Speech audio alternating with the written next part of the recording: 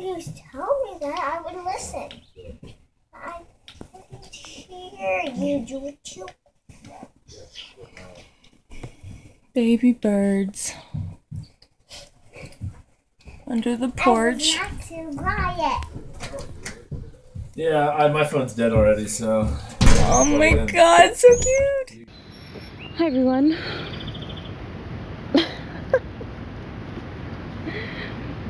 Hi everybody, this is Surina. You're watching now, it's so vivid. This video is my week 4 submission of the YouTube Pagan Challenge.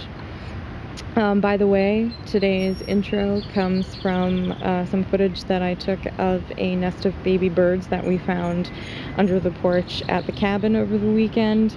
To my surprise, heard this, high-pitched tweeting and went to investigate, and there they were in their creepy, ugly, gorgeous, adorable glory. I think all baby animals are cute. Even the ones that are ugly, like baby birds, like their eyeballs haven't even totally formed yet, and they're just like these gray orbs. But they're adorable.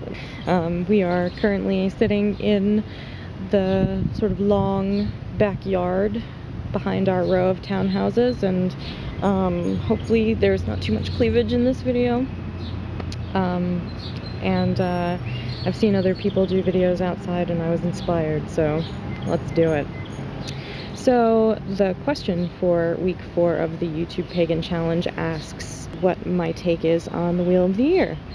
And there's quite a few things to say. Everybody's familiar with that trope of the prisoner within stone prison walls, and he ticks away the days, these tally marks along the wall, and marks the passage of time during his imprisonment. And I think that's a very relatable, almost instinctual thing that human beings turn to, and even when we are not being imprisoned, it is innate in human nature to mark the passage of time in some way. The Wheel of the Year is no different than other holidays in that we sort of break up the monotony of the year by marking days of celebration.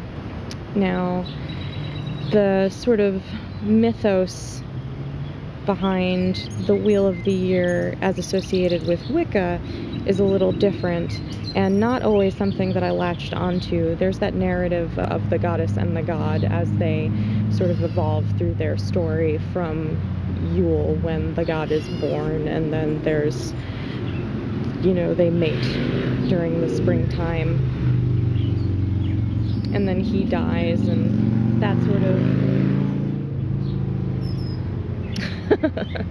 that narrative has always just hasn't really struck a chord with me. So my observance of the Wheel of the Year is to just sort of go with the flow, and even if it's not the day of the actual Sabbath, I will use the week of and the days surrounding that time to do something fun. I always try to approach the Sabbaths with an element of fun, more so than like the Esbats, and I definitely involve more ritual around the new and full moons.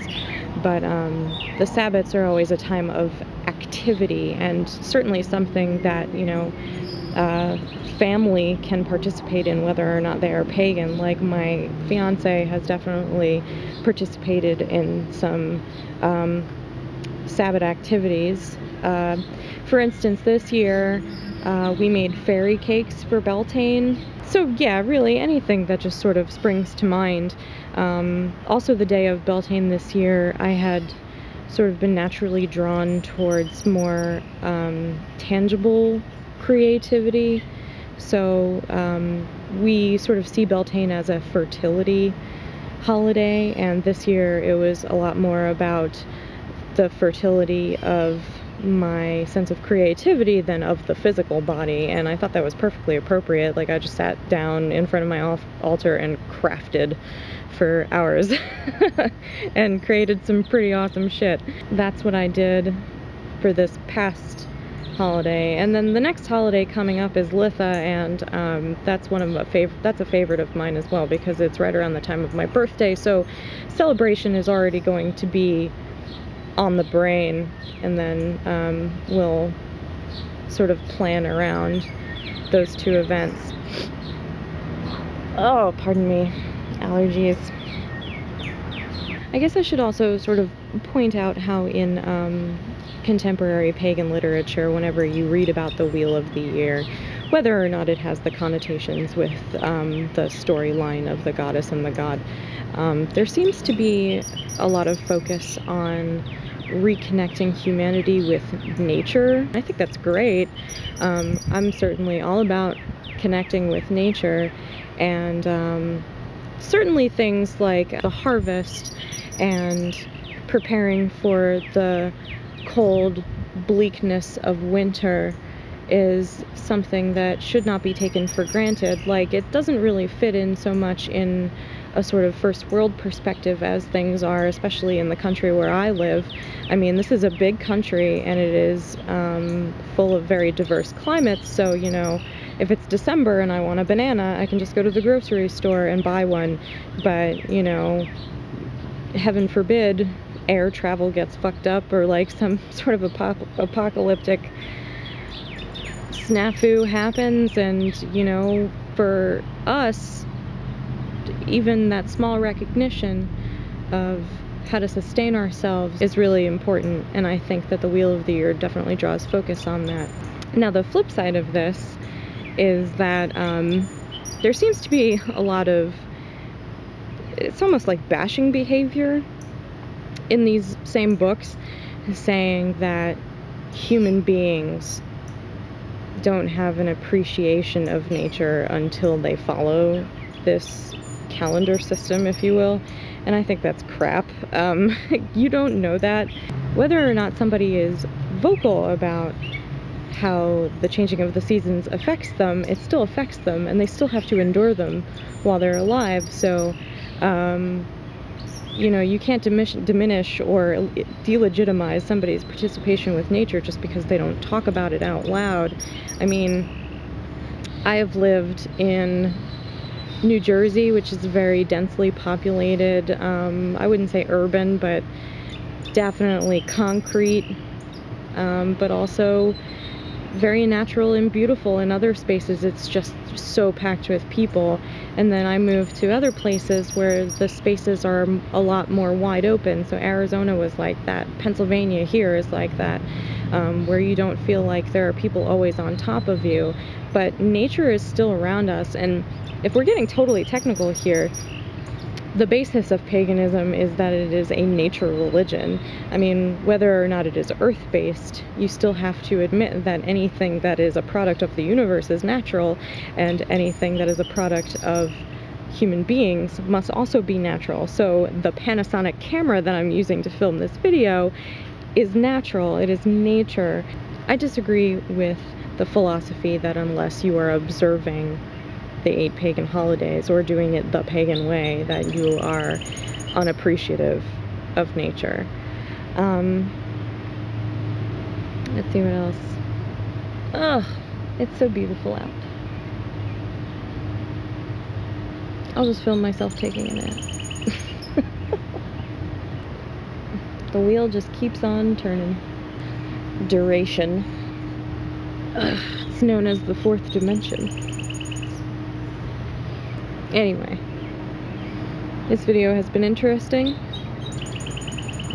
and hopefully pretty damn natural.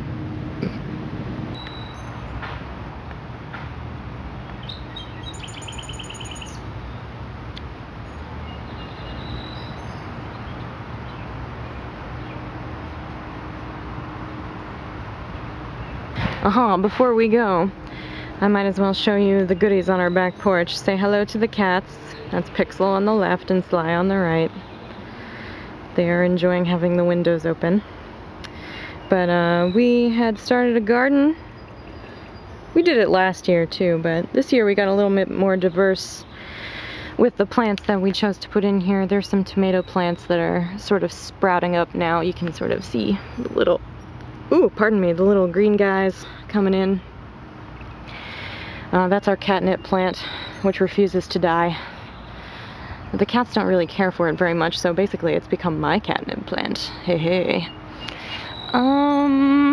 This is the old oregano, Greek oregano, and then we've got some other plants here. These are all labeled, and I can't remember what's in them.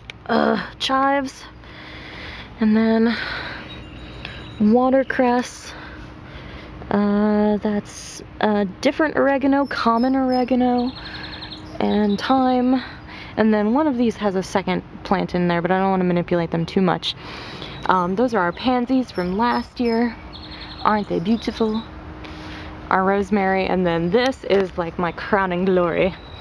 These are poppies. I planted them specifically to use as offerings to Morpheus, because the cave where Morpheus and his brothers dwelled was guarded by a garden of poppies. Morpheus is, of course, where the root of the word morphine comes from.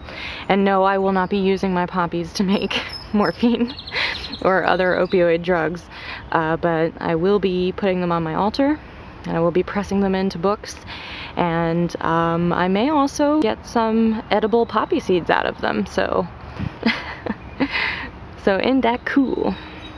Oh yeah, and then these are our avocado trees, and hopefully this one will bounce back. It's looking a little sad and brown right now, but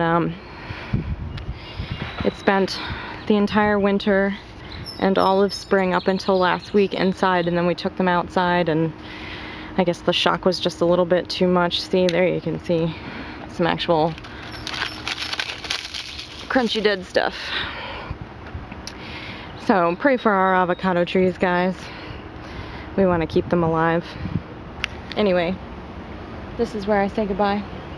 I hope you guys are having a good evening, and that tomorrow when you put on your clothes, it's the perfect outfit. Sly says hello. Sly! Yeah, that's Sly saying goodbye to everybody. Oh, and being utterly adorable. You want some pets?